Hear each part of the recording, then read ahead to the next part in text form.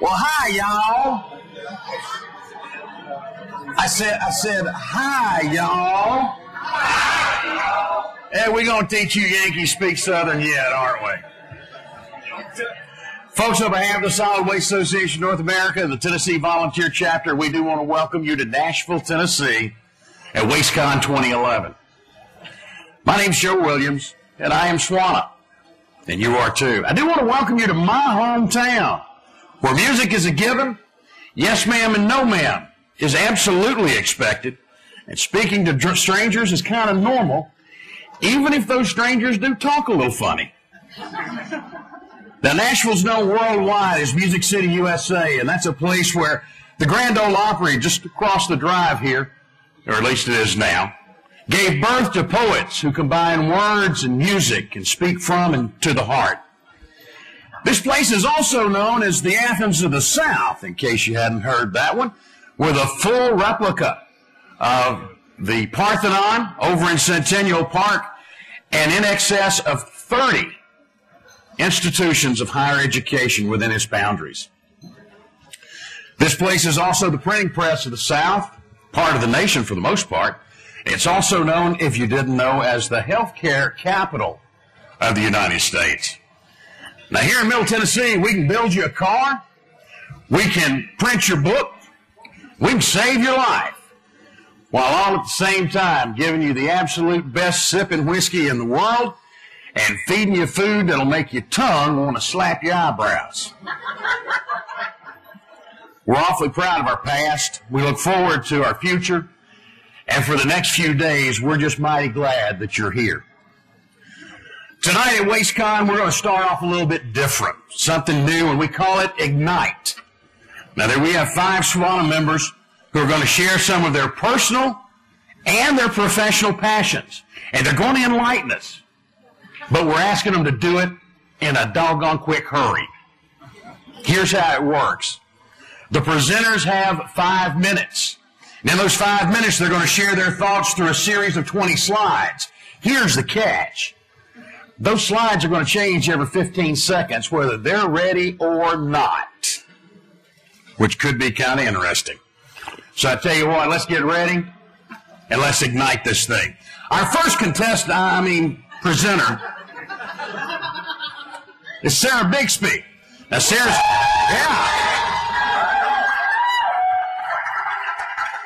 a past president of SWANA, serves as the director of the South Central Iowa Solid Waste Agency. She knows what it means to be billable. Ain't going there. But she also knows what it means to have to pay the bills. She tells us that she's fortunate to be in a long-term relationship with an engineering and consulting firm that knows its role to help the agency succeed. She wrote this, not me, in spite of its director's limitations. Ladies and gentlemen, please welcome SWANA certified Sarah Bixby.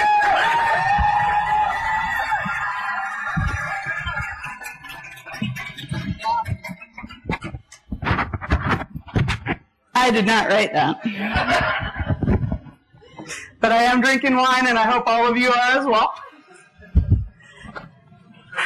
All right. The one thing that Joe didn't say is none of us have ever done this before. So, here we go. All right, Jesse. My mother occasionally still introduces me with the comment that I expected to say my daughter the lawyer, but I got the garbage queen. I don't recall if my grandmother ever knew that I left newspaper reporting for the world of newspaper recycling. Anne tells a funny and slightly sad story about her mother saying you could have been a doctor. But she is a respected engineer, a longtime member of our board, and as of Tuesday, our vice president. We are, in many ways, an industry of people who started out intending to go in different directions. We might have planned our careers or wandered into our careers, but here we are nonetheless. We're bound by a shared interest in protecting public health and the environment, and in some element of responsibility for solid waste management. Maybe as a regulator, maybe a service provider, maybe running an association. Who could have predicted any of that? Who could have predicted where the industry was going, or where it's come. As we took baby steps in recycling, as we take baby steps in waste conversion technologies, as we take baby steps going forward.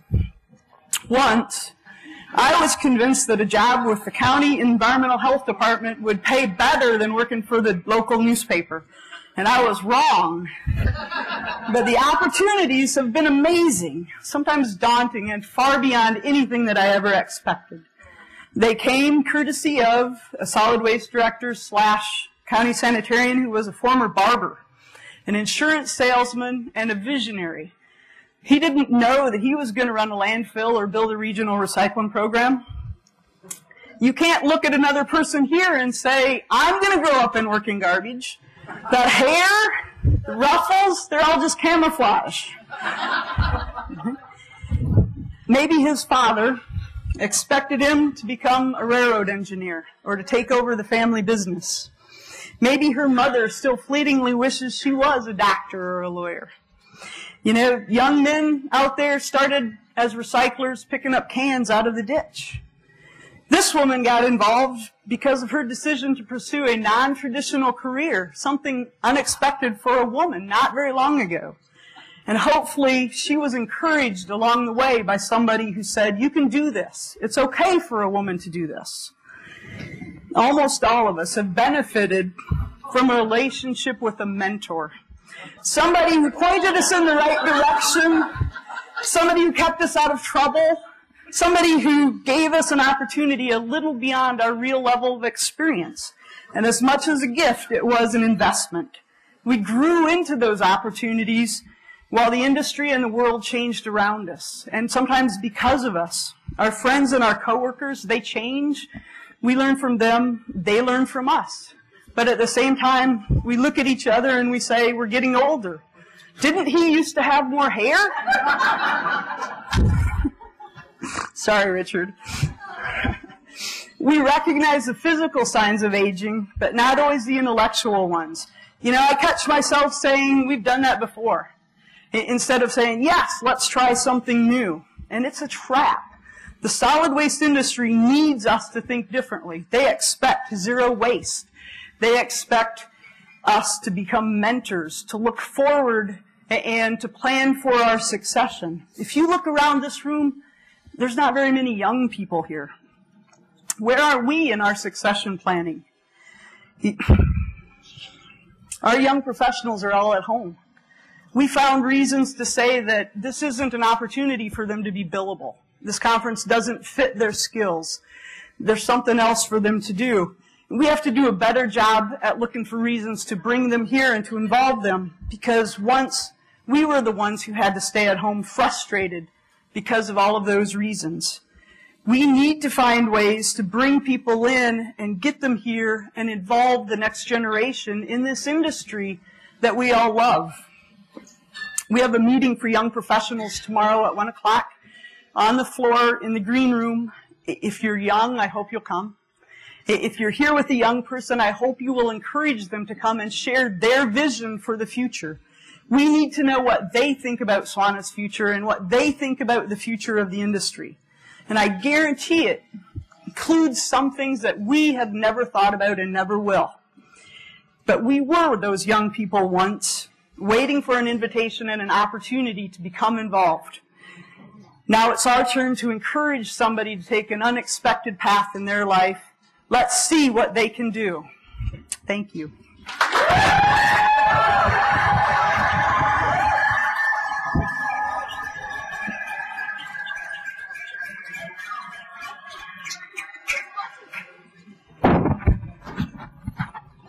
See, that was good. Let's hear it again for Sarah.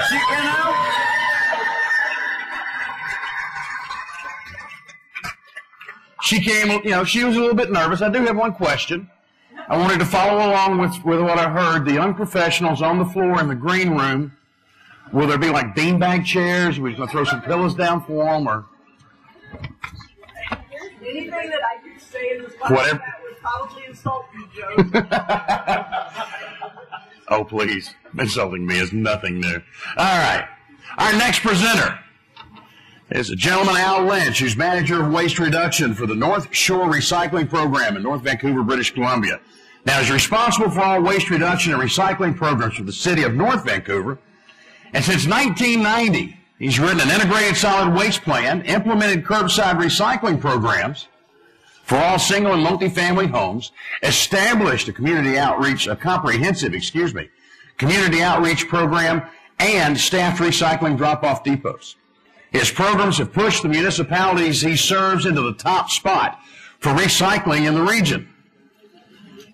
For some reason, he's here to explain why recycling isn't sexy. Sounds like he made it that way somewhere. Al Lynch.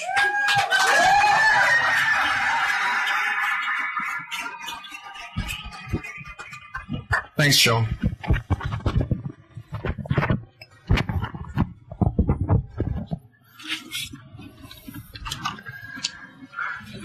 Well, I guess we're ready. Recycling isn't sexy. It's not hip. It's not rad. It's not hot. It's not cool. It's not dope, man. Will recycling really save the world? Who knows? Who cares? When Earth Day was founded on April the 1st, 1970, most people didn't recycle. Those that did were commonly referred to as tree huggers, leaf lickers, or Birkenstockers. But as time went on, recycling became more mainstream. In the late 1980s and early 90s, big government got involved, and they decided to get into recycling. So they hired a guy to get a program on the road. And it was a great idea, but would this guy motivate you? Would you buy a used car from this man? What was really needed was a superhero. And there he was, Captain Recycling. All dressed up and ready to save the world. Now, he was everywhere. He went to schools, parades, community events. He got his photo in the newspaper. He even won a Halloween costume contest. He promoted the heck out of recycling, and he got people involved. The recycling in all its variations, reduction, reuse, composting, is important. So why? It conserves resources, saves energy, and creates jobs. And it can even save money. Now, recycling can make a big difference. Do you know that more than 75% of our waste at home can be recycled or composted? We just need to figure out the best way to do it. Now, our regional district has a goal of diverting 70%, there we go, of the region's waste through recycling, composting, and other programs by 2015. Now, we're going to get there because we're at 55% now, and with organics, we'll get there sooner than we think. Even the U.S. Senate has figured out that burying and burning our waste isn't the only way to go. They have introduced a recycling resolution that talks about how recycling saves energy, creates and sustains well-paying jobs, and stimulates the economy. Backyard composting is the most effective and environmentally friendly way to manage the organic waste your home produces, transforming your trash into treasure. A single household can compost over 1,000 pounds of kitchen organics and yard trimmings per year. Now, most cities save money by recycling and composting. For us, recycling costs are half that for collecting and disposing of garbage. Now, how hard is it really to recycle? I mean, it doesn't take a genius. You separate the paper, the bottles, the cans, the food scraps, the yard trimmings. No sweat. I mean, tell you, you know what? Even a rocket scientist can figure that out. How many of you knew that John was a rocket scientist as well as an engineer? Not too many, I don't think. But John knows how to recycle. Now, composting, it really isn't so hard to do either. You let the worms do all the work, and you won't have to buy any fertilizer. As you can tell, we have really, really big worms in Canada. Now, to be successful in waste reduction and recycling, you have to make it fun. So you can invite your neighbors to a tea party, or even better, a wine and cheese party, where they can learn more about recycling and composting and get to know each other better. Now, getting kids on side is really a big deal. It's huge for us. We have a lot of school programs. So making it interesting doesn't have to be serious or boring. Learning how to do the right thing can be a lot of fun, and we put a lot of effort into that. Now, I've been told that grandparents can't be trusted for objectivity, but I think my granddaughters are pretty cute, don't you? So Kayla, Kyan, and Parker and their friends are our future. Is this their future? It doesn't have to be. Is it going to be the same old, same old? I sure hope not. So what are we going to do to make sure it isn't? So where is your Captain Recycling?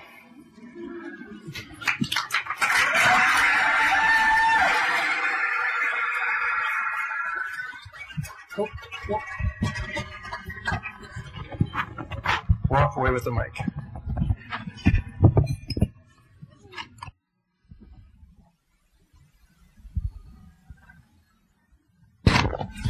Let's hear it for Al.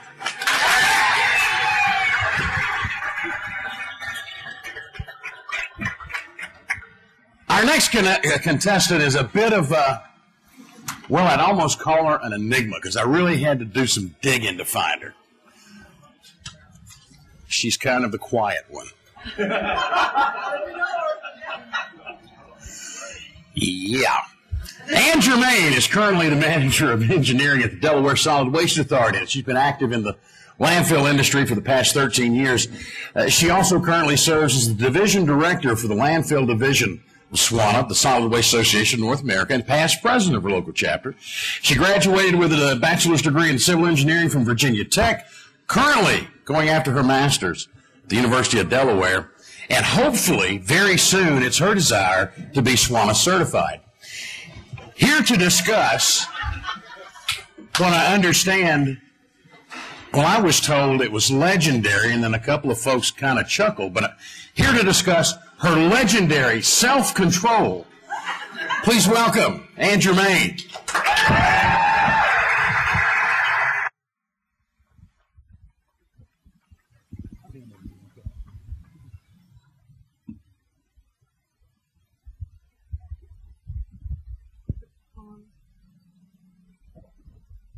Hello? Okay. No, oh, I gotta turn it on.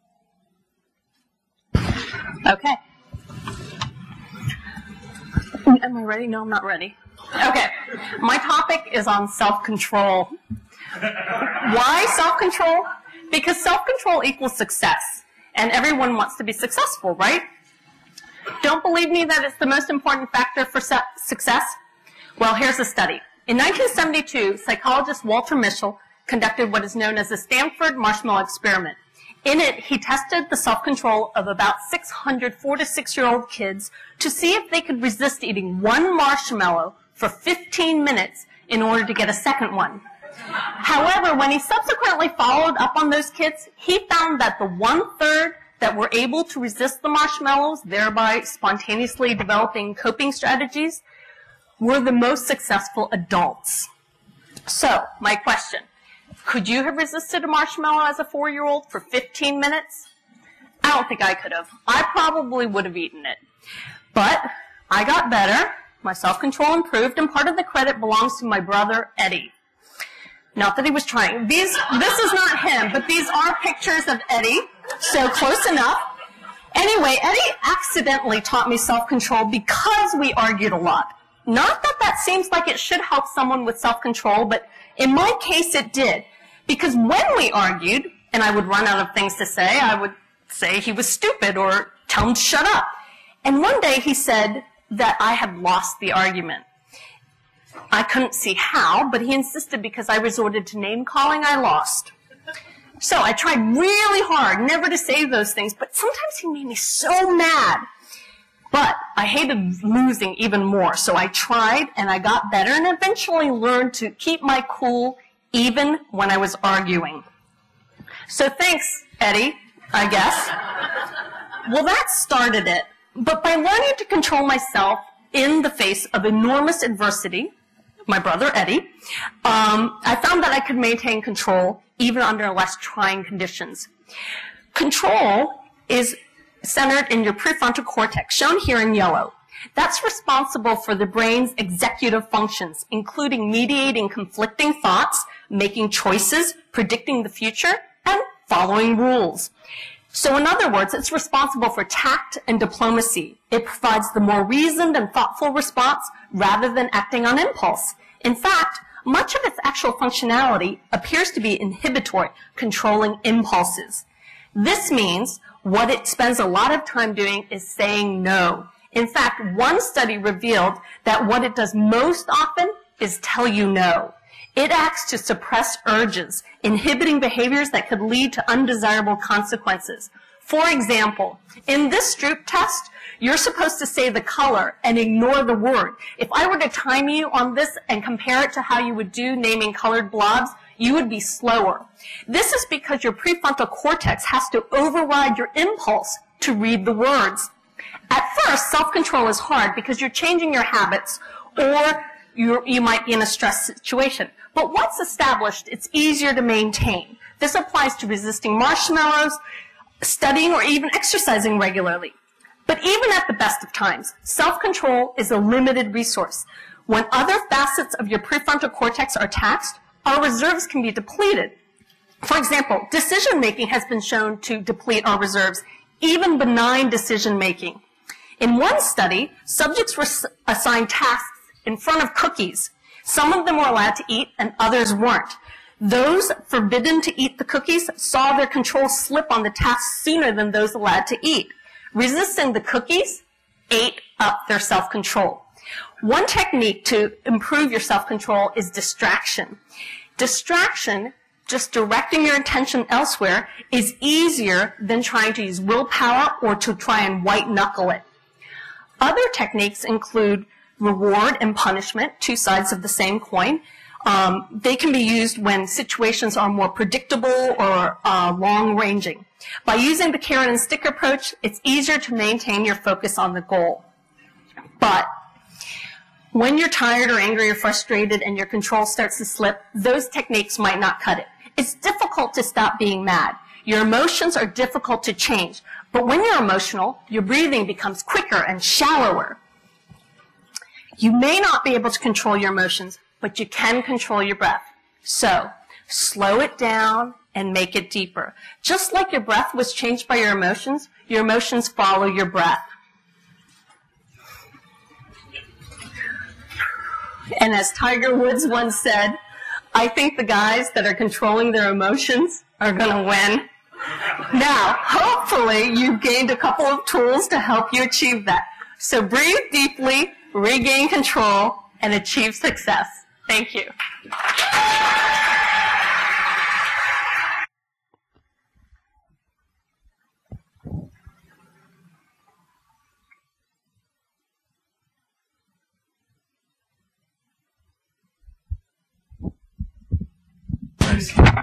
Nice job, Miss Ann. All right, next up is Dennis Guy. Dennis works with a team of energetic individuals and to test and implement innovative marketing strategies to promote the city of Hamilton, Ontario's aggressive waste diversion target of 65%. Now, the team is responsible for the creative direction of the city's waste programs. Initiatives include working with pro football players to green the Canadian Football League. Most football players I know, when they think green, are not thinking recycling. We have one here in town in particular. But anyways, I digress. Sorting through garbage and awarding residents with $100 for doing well. They also dig through academic journals to better understand human behavior. And his background comes from the fields of psychology, project management, and even though we're in the country music capital of the world, he comes from rock and roll, and we love that too. Ladies and gentlemen, please welcome Dennis Guy.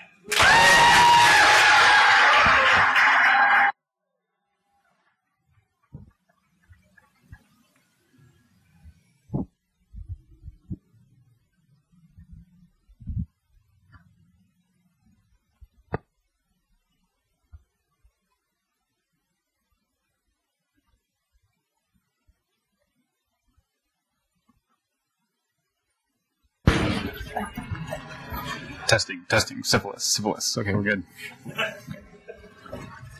I love Canada. British Columbia, Alberta, Saskatchewan, Manitoba, Ontario, Quebec, New Brunswick, Nova Scotia, Prince Edward Island, Newfoundland and Labrador, Nunavut, the Northwest Territories, and the Yukon. I bet you didn't know we invented the garbage bag. Let's talk about good Canadian beer.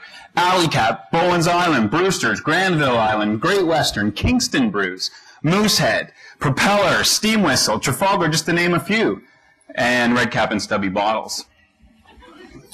Whatever happened to a good cup of black coffee?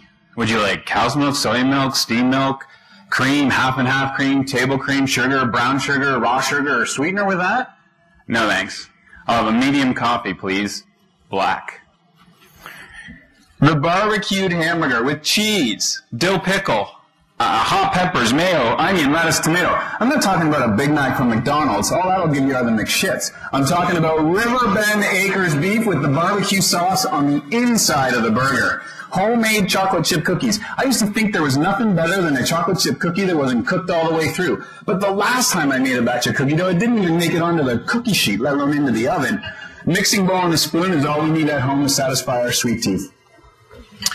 Road trips. Doesn't matter where, for how long, count me in. Like that time John Lee and I bought a beat-up old van for $500. We drove it all the way from Hamilton to Vancouver just to toss a watermelon into the Pacific Ocean. And not to mention sleeping in the causeway just outside of Winnipeg. Then, there was a road trip out east. Lighthouses, Alexander Keith's, lighthouses, Anna Green Gables, lighthouses, Donaire Meat on Pizza, lighthouses, the Cabot Trail, lighthouses, lobster dinners in church basements, lighthouses, and the Singing Sands. Did I mention lighthouses? Before there were road trips in cars, there were trail rides on horses, like in the movie Young Guns. Deep down, I think my spirit lived in the Wild West. I got the hat from Lamley's in Calgary, I got the shirt from Lamley's in Banff, and I'm right here in Nashville, Tennessee to buy me some boots. From the Wild West to Northern Ontario, my dad first took me camping when I was 7 years old, and we've been going ever since. We've been backpacking, canoeing, portaging, and fishing. I worked at fly-in fishing lodges, building cabins, cleaning fish, filling gas tanks, and taking out the trash. Speaking of taking out the trash, I had absolutely no experience in waste management when I got hired, but I learned all about it at fly-in fishing lodges. I used to gather up all the garbage, take it back into the bush about a quarter of a mile, drop it into a hole in the ground, spray it with gasoline, and light it on fire. Speaking of being lit on fire, I met Carrie in 2005 and married her a year later. Next Monday marks 5 years for us. We've got 4 days in Nashville and Memphis without any kids for the first time in 3 years.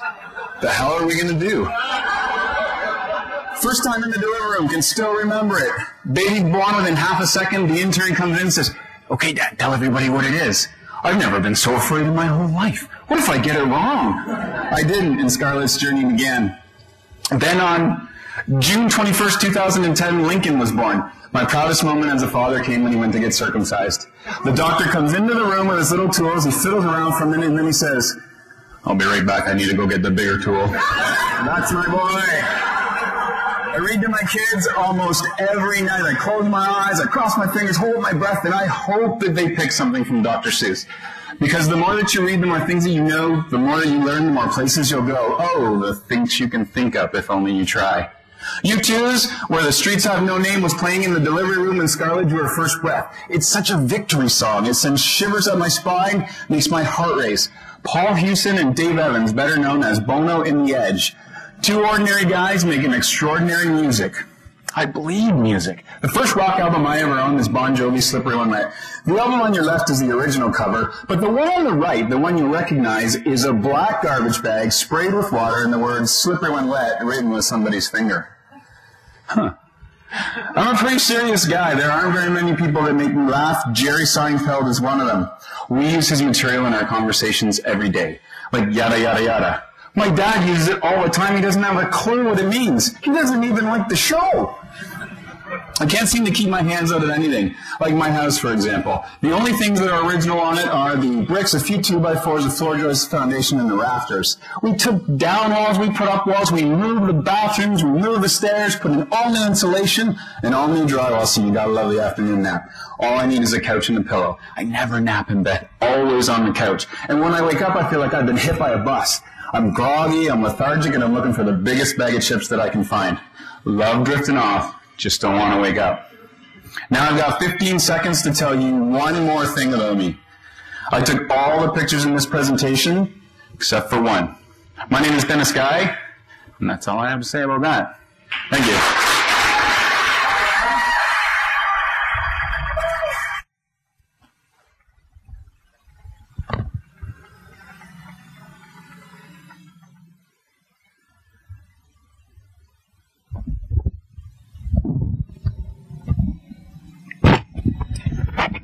All right. That was something else. Yeah, go ahead. One more time. I know you want to.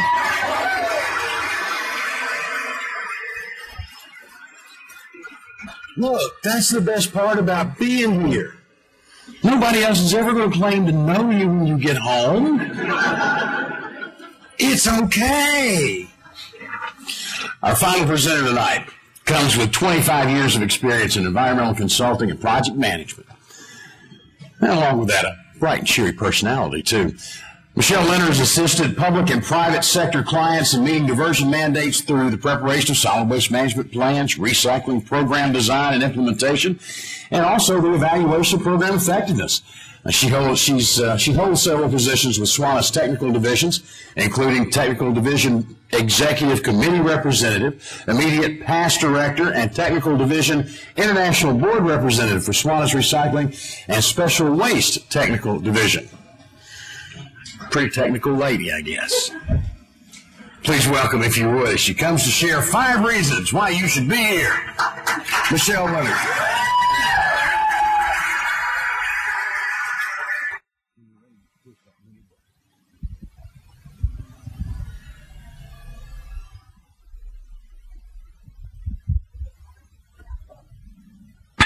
I'm not that technical. That's a hard act to follow, but I'm going to try. Go ahead. Well, I hope you're enjoying your stay so far at the Gaylord Opryland Hotel. The fact that you found this room is testament to your ability to navigate large facilities, understand sometimes complex directions, and ask questions, all of which are very important for navigating WasteCon. For the next 5 minutes or so, you're going to hear the 5 most important things to know about WasteCon that no one ever told you. Whether it's your first or your 14th WasteCon, this list will provide invaluable information for getting the most out of the next few days. WasteCon is business casual at its best. So whether it's khaki with tees or polo shirts and shorts, everyone's here to learn, network, and generally advance their knowledge of our great industry. Be cool, be comfortable, and be courteous to people that are wearing matching shirts. There's a lot of traditions at WasteCon, and bad hats is one of them, particularly by the Canadians. Be careful which drawings you put your business card in or which raffles you enter, because you may end up wearing that hat. You know, we're a skilled group of professionals, engineers, planners, administrators, lawyers. Our capabilities vary from designing complex systems to educating the public. You'll be amazed to learn what people across the country do every day in their waste-related job.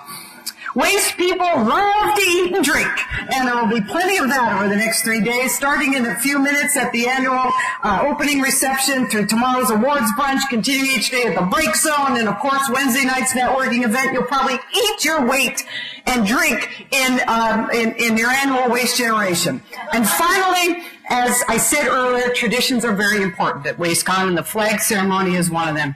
Tomorrow morning, really, take a minute, appreciate our great countries, and the opportunity that this conference gives you to meet people from all over the world. But one thing you'll learn about WasteCon is that there's an incredible variety of experiences. So whether you're a first-timer or an old-timer, WasteCon is something to offer for everyone. Solid waste people come in every size, shape, color, gender, and age. Many of us got here by fluke, and while others always knew they wanted to do trash. Even though the world has no idea what we do, we know that we're superheroes, and we're solving the world's solid waste issues. But really, in all seriousness, WasteCon provides an incredible opportunity to develop new skills and old ones, to meet new people, and to learn about things that are going on in the biggest cities and the small ones too, and to meet people that are making a difference. There's over 85 technical sessions ranging from design and engineering to economics and financing, everything from greenhouse gases to communications and regulations. And so it's your opportunity to learn. Attendees come from all over the world to visit WasteCon. Everyone has experiences to share and a desire to learn about what works and what doesn't. So although we may not speak the same language, we all talk trash. For me, one of the most important things is the people that I've met and the relationships that I've developed. And I can truly say, after 10 WasteCons, that I have met a lot of people that I regard not only as colleagues, but as friends. But don't forget, the exhibit hall is a premium opportunity to get up close and personal with the latest products and services. Over 200 exhibitors are there, and you need to get out and talk to them. And, of course, pick up their great giveaways. But talk to the people at the booth. Don't just walk and pick up their stuff. It's amazing what you can learn and who you can call upon later when you need to know those specifics about that card or that food waste study or that wheel wash. And besides, when your boss asks you, what did you learn at WasteCon, you better be prepared to answer that question. Of course, there's a lot of fun things to do, too. So we've got the opening reception hosted by Waste Management. We've got tomorrow morning awards breakfast. We've got Wednesday night's networking event. And the closing 2012 reception as well. There's events on the exhibit floor, too, you won't want to miss. There's the break zone where you can relax, talk to SWANA staff and leadership, and the inaugural Waste Conversion Technology Pavilion, which is going to focus on emerging technologies for solving waste problems. But I want to caution you that sometimes people get a little carried away here with these 3 days of freedom, especially in a place with 14 restaurants and bars and spas and shopping and 9 acres indoors and waterways. So you may forget that you're here to expand your knowledge and network and instead spend too much time in those bars. But just remember that those people will remember you next year, and they will remember what happened to you. So most of all, we just want to say enjoy WasteCon. We hope you enjoyed this first inaugural Ignite event, and go out there and meet people and talk to people and have a great time. Thanks.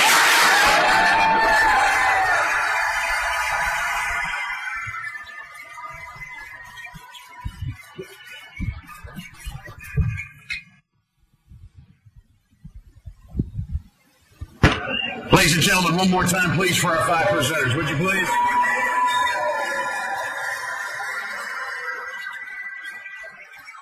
Well, that was a lot of fun.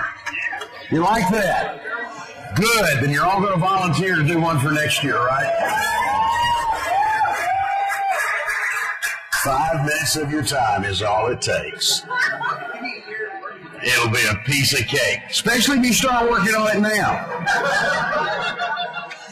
Better yet, maybe I'll wait till after the reception and get you to go ahead and sign up, wouldn't you know? A couple of things we need to take care of real quick. Something very special.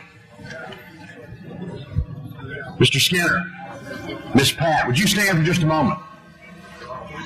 Ladies and gentlemen, the leader of SWANA, international, national, but the best part is his better half is with him tonight for the 47th year. This is their anniversary.